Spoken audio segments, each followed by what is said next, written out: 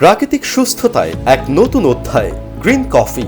আপনি যদি একজন স্বাস্থ্য সচেতন হয়ে থাকেন তাহলে প্রতিদিনের নাস্তায় যোগ করুন আমাদের এই ম্যাজিক্যাল গ্রিন কফি। এই কফি আসে মূলত এমন কফি বীজ থেকে। সাধারণ কফির মতো এটি কোনো রকম প্রক্রিয়াজাত করা বা ভাজা হয় না, একদম ন্যাচারাল থাকে। এতে থাকে ক্লোরোজেনিক অ্যাসিড, যা শক্তিশালী অ্যান্টিঅক্সিডেন্ট হিসেবে শরীরকে রাখে সতেজ ও ফ্রি রেডিক্যাল মুক্ত।